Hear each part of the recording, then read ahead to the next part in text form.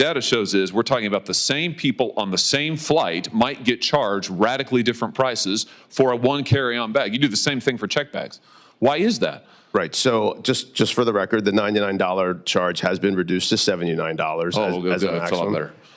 And what ends up happening here is we want to make sure that we can get the best price to the best people at the right time. The best people? Who would they be?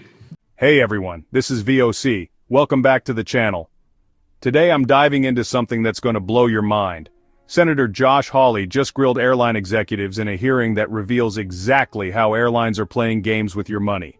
You won't believe what's happening behind the scenes of your next flight. Let's talk about something crazy. These airlines were literally paying their gate agents $10 for each bag they could kick out of the boarding line. We're talking about $26 million spent just to harass passengers between 2022 and 2023.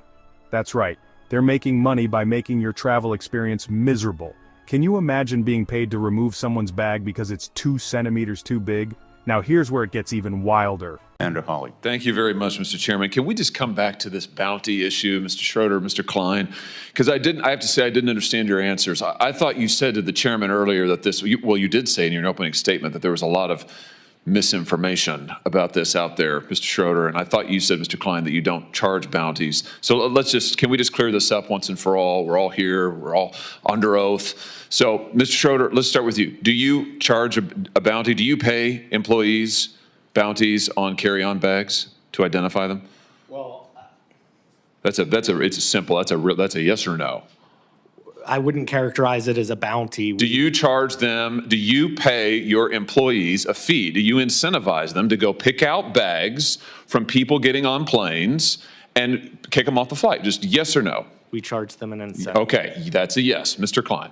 We do not, Senator Hawley. You don't pay your employees to do that? We have previously, sir, but we actually suspended that on September 30th of this year. And now in order to be able to treat all of our guests fairly and equitably, we've actually just put more staff and supervisors out at the gate area. And they're the ones that are still making sure that everyone's treated fairly and equitably, which is the point behind these kinds of programs. But we have removed that program as of September 30th. Oh, interesting. So let's come back to you, though, Mr. Schroeder. So how much have you paid your gate agents to enforce your carry-on bag policy, to pick people out of the line like the chairman's video showed? I mean, you guys do appreciate that flying on your airlines is a disaster, don't you? I'm slightly amazed by the general attitude of all of you here. Flying on your airlines is horrible. It's a terrible experience. I mean, I say this as a father of 3 young children. But I can't tell you, nobody enjoys flying on your airlines. It's a disaster. You charge people fees that they know nothing about. You harass them to death. I mean, if people want to know why it's such a terrible experience to fly, this is news for them today. Your airlines are paying millions of dollars to your employees to harass people who've already paid. They're there in line because they've already paid. It's unbelievable. By the way, let me just ask you this while I have you here. Why is it that you charge different people different fees for carry-on bags? Why is that, Mr. Klein? Why isn't it just a flat fee? Why is it that I might get charged one fee, but my wife might get charged a different fee? Why is that? Well, there is a cost to carry any kind of bag. Yeah, but why do you charge some people more? I understand the cost, and you made clear money's your bottom line. I get that, but why is it that you're charging some people what, triple, quadruple the amount? Well, the length of the flight should matter in this as well. So yeah, but that's not the data. The data shows is we're talking about the same people on the same flight might get charged radically different prices for a one carry-on bag. You do the same thing for check bags. Why is that? Right. So just for the record, the $99 charge has been reduced to $79 as a maximum. And what ends up happening here is we want to make sure that we can get the best price to the best people at the right time. The best people? Who would they be? Sorry, let me rephrase. The right price. Are those the people who, what? I mean, no, explain it to me. I'm interested. Who are the best people? Well, that was the misstatement, sir. What we're trying to do is get the right price at the right time. And what that also means is making sure that if someone's on a flight that's now filling up, and we have a lot of, as we talked about, unbundled pricing. And they get screwed? So like if you have the misfortune of of having to book your flight at the end because maybe something's been canceled and you're going to get screwed? Is that what you're telling me? You're not one of the best Are you people. referencing just fares I'm overall? just responding to your testimony. I'm listening to you, and you just said as a flight's filling up, you're going to get charged more. Not always. Sometimes you'll get charged less. Exactly. Right. Sometimes. Right. But you'll never know. Right. That's the beauty of it. It's like Russian roulette. Flying on the airline is. I would disagree, You have no sir. idea in the world. I would disagree. Wait, no, you just said it. It's very transparent. We'll have it. Listen, there'll be a transcript generated, and transparent. I'll send it to you with a bow on it. You can read your own testimony just now. You have no idea what the fee is going to be ever. Mr. Schroeder, what about you? Your airline charges, sometimes it's $0 for a bag checked. Sometimes it's $99 for a bag checked. On a first, sorry, that's carry-on. Excuse me, carry-on. For checked bag, it could go from $0 to $138. Who knows what it's going to be? Why do you vary it so much? Is that fair to the consumer?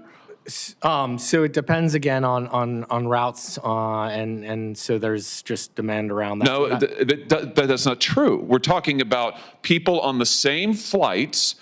Their prices may vary by huge astronomical percentages. Why is that? Well, that happens on airfare as well, and it does, and I want to talk about that next. I'll explain the model and how we think about things. So increasing ancillary historically has brought the fare down, and I brought up earlier that nearly 50% of people are not paying for a bag or a seat. We are providing options that people are deciding whether they want that or not.